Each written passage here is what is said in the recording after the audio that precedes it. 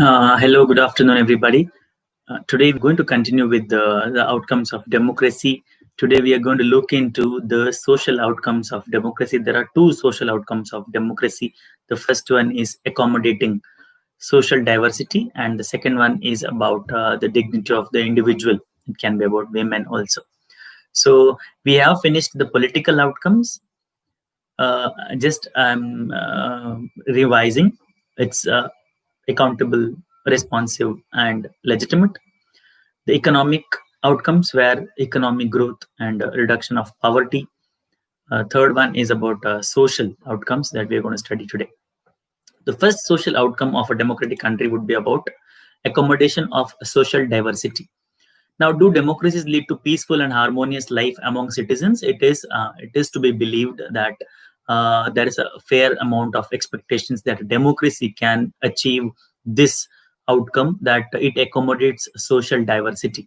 Now, we have seen in the previous chapters where in the power sharing chapter, you have seen Belgium with a country of so many varieties, diversities, and Sri Lanka, on the contrary, had also so many diversities. But what happens in Belgium is they try to accommodate the social diversity, thus not leading to any conflict. Whereas in Sri Lanka, they are not trying to accommodate the social diversity, so leading into the civil war, the biggest conflict. Now, usually what happens, democracies develop a procedure to conduct their competition. This reduces the conflict or tensions becoming explosive or violent. That's why it did not happen in Belgium. No society can fully and permanently resolve conflicts among different groups, but we can learn to respect these differences, and we can also evolve mechanisms to negotiate the differences. Democracy is best suited to produce this kind of outcome. Non-democratic regimes, if you take the example of dictators or monarchs, they turn blind eye to this outcome. They do not want to take account of all the people social differences. They will take an account of their, for example, if you take Hitler, Hitler was worried about his faith or his religion. He wasn't worried about other people.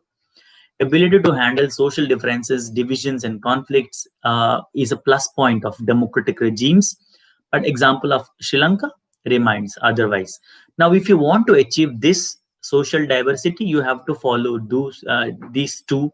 Now, first one is about it is necessary to understand that democracy is not simply by rule of majority opinion. Just because majority people are saying yes to it, that doesn't mean that should be the rule. We have to remember that majority needs to work with minority so that government can function to represent a general view, not the majority view. It is second one, it's also necessary that the rule of majority does not become a rule of majority community. Normally in India, if you take a majority community is Hindu, so the rule should not be a Hindu rule. In terms of religion, race, linguistic, if you take Sri Lanka, it was linguistic, right? So it should not be a rule of majority community in terms of religion, language, race. Rule by majority means that in case of every decision that is made, election, different persons, groups may and can form a majority, can be given to the chance to the minority to actually perform the duty. It's a beauty of democracy in India. That's why you will see the ministers from all around the religion. You will see the Muslims, you'll see the Sikhs, the Christians, you'll see the Hindus. So representation, due representation is given to all of them. Thus, we do not have conflict. I cannot simply rule out that there is no conflict at all, but less conflict. Yes, there is still discrimination in India, not based on religion, it is based on caste. Democracy remains democracy only as long as every citizen has a chance of being in majority at some point of time. What is the use of being a minority at all times? If someone is barred from being in majority on the basis of birth, then the democratic rule ceases to be accommodative for that person or group. The second one is about the dignity of on the freedom of the citizen or the individual.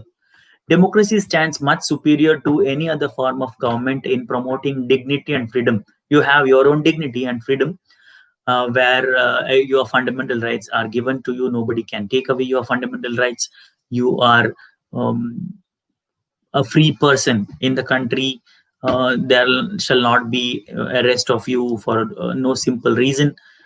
So every individual wants to receive such kind, right, from his fellow beings. Everybody wants to be treated with respect with his fellow beings. Would you want to be called as a singular with your friends? No, it's a respect that we give to our fellow beings, that we do not address them in singular. Normally what happens, the elder people address us in singular terms. We kind of go okay with it, because as long as it's our elders giving, we kind of think that's the respect. But even though you're talking to your brothers, sisters, or younger ones, you have to give them respect. If you respect them, they will also respect you, thus maintaining the dignity of you. Otherwise it will not be like that. Okay, now I can see the comment box lightened because of the, the questions, but please focus on social outcomes. Now, democracies throughout the world have recognized the need of dignity and freedom of the citizens, at least in principle. This has been achieved in various degrees in various democracies. For societies which have been built long on the basis of subordination and domination, it's not a simple matter to recognize all individuals are equal. Take the case of dignity of women. Most societies across the world were historically male-dominated societies. France, Russia, Germany. Long struggles by women have created some sensitivity today that respect to and equal treatment of women are necessary ingredients of democratic societies. They're as equal as men.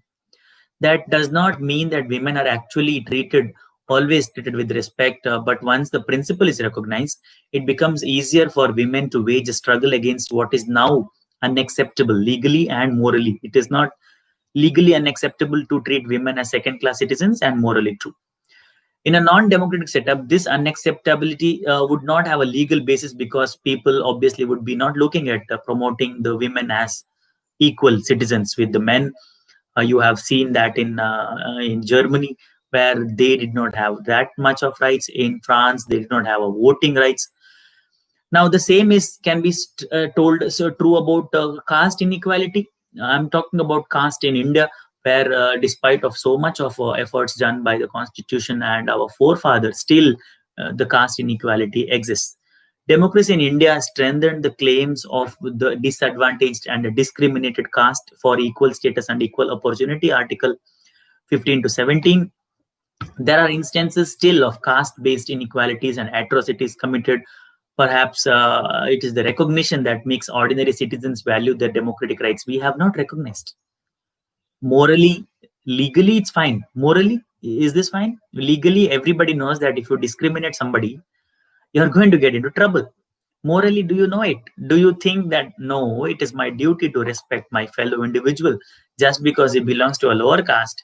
I should not discriminate him. Morally, we are wrong.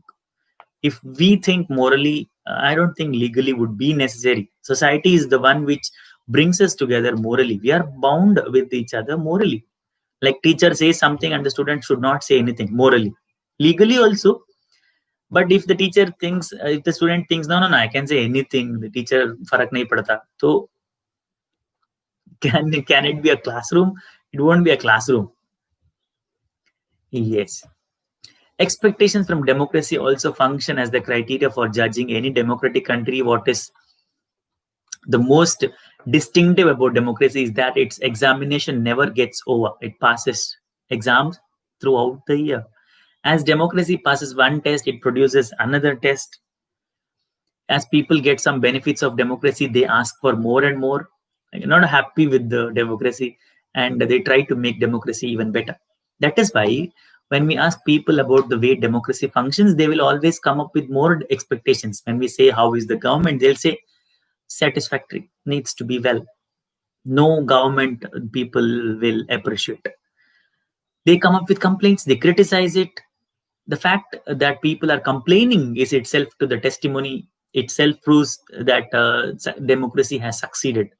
It's the testimony to the success of democracy. It shows that people have developed awareness. People have the ability to expect and look critically at power holders and high and the mighty. They are supporting them, they're criticizing them. public expression of dissatisfaction with the democracy. I told you how to check the transparency. The first one is RTI, the second one is debate, third one is public participation. If that is good, then itself we can say that democracy has succeeded. A public expression of dissatisfaction with democracy shows the success of the democratic project. It transforms people from the status of a subject to the status of a citizen. You become a citizen that day when you criticize the government for the right reasons. Most individuals today believe that their vote makes a difference to the way the government is run and to their own self-interest. That is what makes democracy such a great form, such a best form of government, because you know that your vote matters. The day you realize that your one vote matters is the day you have really transformed into a subject, from a subject to a citizen. Yeah, you are not citizens now, Vineet. You are going to be when you know what is the value of your vote is. Your vote value has more value than anything else in the country. So choose wisely when you become, like in matter of 3 years, you're going to turn 18 and you're going to get the right of vote. And if you believe that nothing is going to change the fortune of India, you're going to vote for nobody. But if you think your vote is going to change the destiny, then you have transformed into a true citizen. Okay, now I have finished the chapters. Thus, I have finished all the syllabus in 10th. So you can put a congratulations message in the comment box, because this is the second time I have finished. That's really one kind of thing, right? 10th, yeah, this is the second time I'm going through this chapter. So when I say you, you are commenting. Chalo. Now, what will we do today is I'll go and check your comments. And tomorrow, I told you there is a surprise, and we are going to discuss only about this chapter. In coming days, we are going to take those chapters where we have left off. Remember, you were asking for me to give you a chance to present. So we will give you a chance to present the chapter in that Google Meet. Once we are through with September, if the school reopens, we are going for revision. If the school does not reopen, again, anyhow, we are going for revisions no matter what. And project is pending. Viva, I don't think so. Okay, I can take 99 Viva in Google Meet, because for one Viva, at least I need 20 minutes. 20 minutes into 99 people is how much? And do I have that much of time? Do you have that much of time? A lot of people come up with lame reasons that I cannot join. For a Viva to happen, you need to switch on your camera, that you do not do anytime. There are 4 or 5 people only, they switch on their camera. And if you do not switch on your camera, then there is no use of having a Viva, because you might be be asking somebody, Googling, right? So yeah, let's see what happens with that one. For till now, till that time, we'll just go for the presentation from you. Then we will go for revision, then for Viva. So I'm just, sir, what was the surprise you had said to reveal on Tuesday? And if I say it, would it be a surprise? You'll see it tomorrow, don't worry. I'll take your questions. Sri Lanka did not accommodate social diversity. True. Many people are not happy in India too.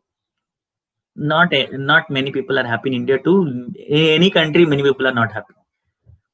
We get, okay, discrimination exists in India. Universal truth.